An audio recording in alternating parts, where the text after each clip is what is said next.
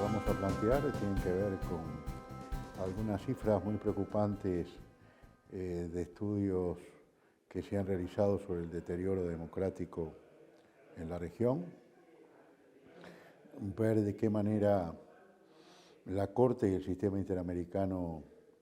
de protección de derechos humanos, pero también el sistema interamericano como tal, a través de un documento trascendental como es la Carta Democrática Interamericana, aborda estos temas. Luego, ver un poco el desarrollo en la jurisprudencia de temas vinculados con el Estado Democrático de Derecho, con la democracia representativa, con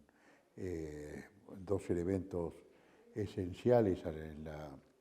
en la conformación de la democracia, que son la independencia judicial y la libertad de expresión, la protección de las personas que ejercen el periodismo y la necesidad de asegurar una debida calidad de independencia y de libertad de expresión para que realmente exista el debate democrático. Y luego algunos aspectos vinculados con aquellos grupos que están excluidos de las sociedades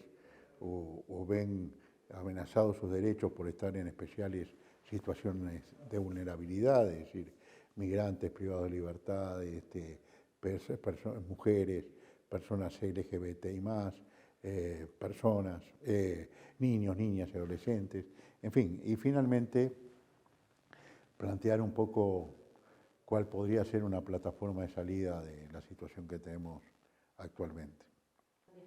¿Algún ejemplo en particular de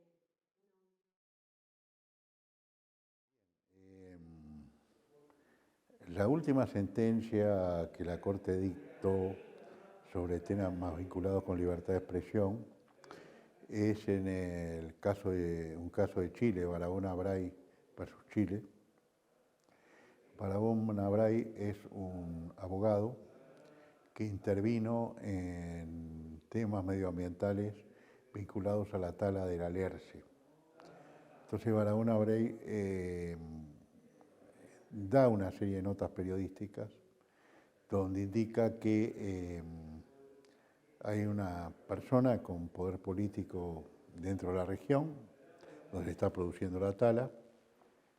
que es senador de la República y que es quien estaría,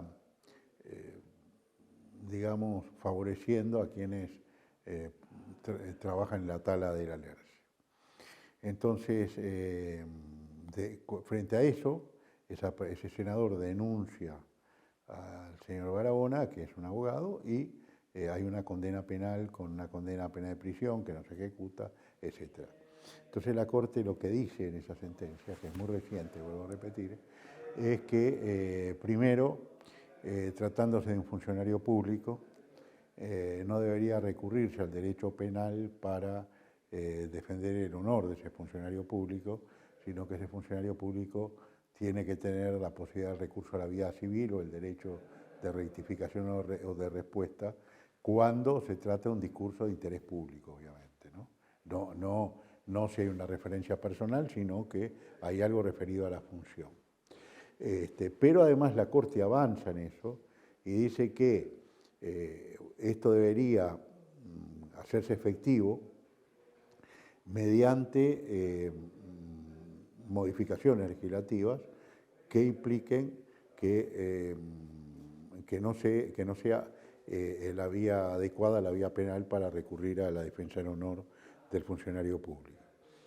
Yo estuve en Chile hace unos meses y estuve hablando con el Colegio de Periodistas de Chile, con quien firmamos un convenio de cooperación con la Corte, y me decían los integrantes del Colegio de Periodistas que había un promedio de más de 1000 querellas penales contra periodistas promovidas por funcionarios públicos sobre temas del honor. Entonces, esto es una indicación y una línea de trabajo que la Corte ha indicado concretamente sobre un tema que se llama responsabilidades ulteriores, que en este caso una responsabilidad ulterior por una publicación que no podría seguir la vía penal. Más claro son sentencias también una de las últimas, o tal vez una de las más emblemáticas en toda la jurisprudencia de la Corte, la del caso de la periodista colombiana Ginette Bedoya Lima, que fue secuestrada, torturada y violada porque estaba para amedrentarla en torno al ejercicio de periodismo de investigación sobre vinculaciones entre paramilitares y fuerzas regulares. Y la Corte indica que el Estado es responsable por cualquier violación que se produzca a la integridad personal de un periodista, que mucho más que hay una obligación reforzada también en el caso de una periodista mujer, y que el Estado debe tomar todas las medidas de protección contra un periodista para evitar cualquier afectación de su derecho a la libertad de expresión. Eso por una parte. Y por otra parte, determina que esas medidas de prevención deben tomar en cuenta la opinión de las víctimas. Se crea un fondo para respaldar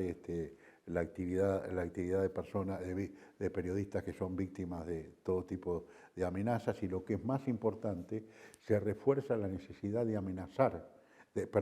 la necesidad de investigar seriamente las amenazas contra los periodistas. Porque las amenazas primero aparecen como algo que puede ser irrelevante,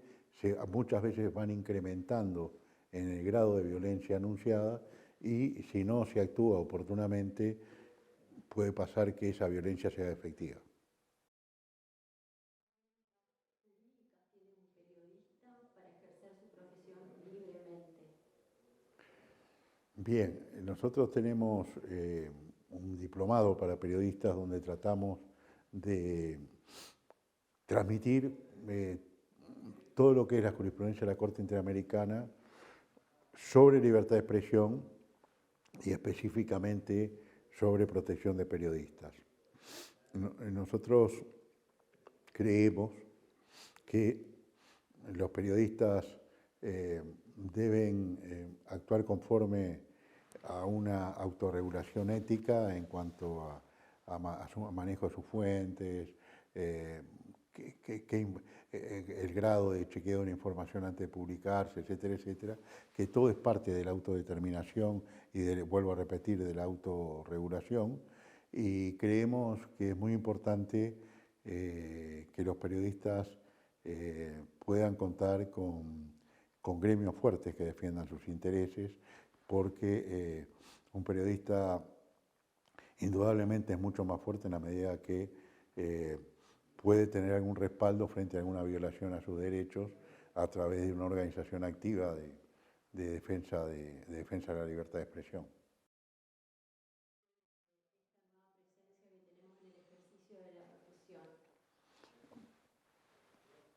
Bueno, la inteligencia artificial es una creación humana. Una creación humana que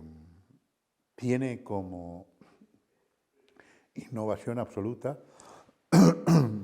la posibilidad de crear conocimiento. No sabemos con qué extensión, pero tiene la posibilidad de crear conocimiento. Y eso en un mundo en el cual paulatinamente hay una sustitución de las habilidades y destrezas humanas por las habilidades y destrezas de seres inanimados como son las máquinas o los algoritmos, puede implicar sus riesgos a los derechos humanos, y al punto que se ha avanzado en reglas de ética para la inteligencia artificial. Se está debatiendo si hay o no alguna forma de regular el desarrollo de la inteligencia artificial, donde hay una confluencia de una cantidad de factores que a veces actúan de manera contradictoria, a veces no, generalmente actúan de manera contradictoria, que son los intereses de las empresas que están trabajando en esto, que son los intereses de los grupos humanos que son afectados por la independencia artificial. Pensemos que hoy es posible, con cierto suministro básico de información, generar, por ejemplo, un artículo periodístico o generar lo que se llama un refrito de información. Se le pregunta a la inteligencia artificial qué es lo último que se publicó sobre esto y nos da la información, pero es una información que produjo un algoritmo. Y ahí tenemos los riesgos de sesgos y una cantidad de aspectos que por ahora están fuera del control de quien creó la propia inteligencia artificial. Entonces, el gran desafío que creo que tenemos es cuáles son los alcances de una eventual regulación, por una parte, y por otra parte, cuál es el nivel de control que podemos tener los seres humanos sobre esta creación del cerebro.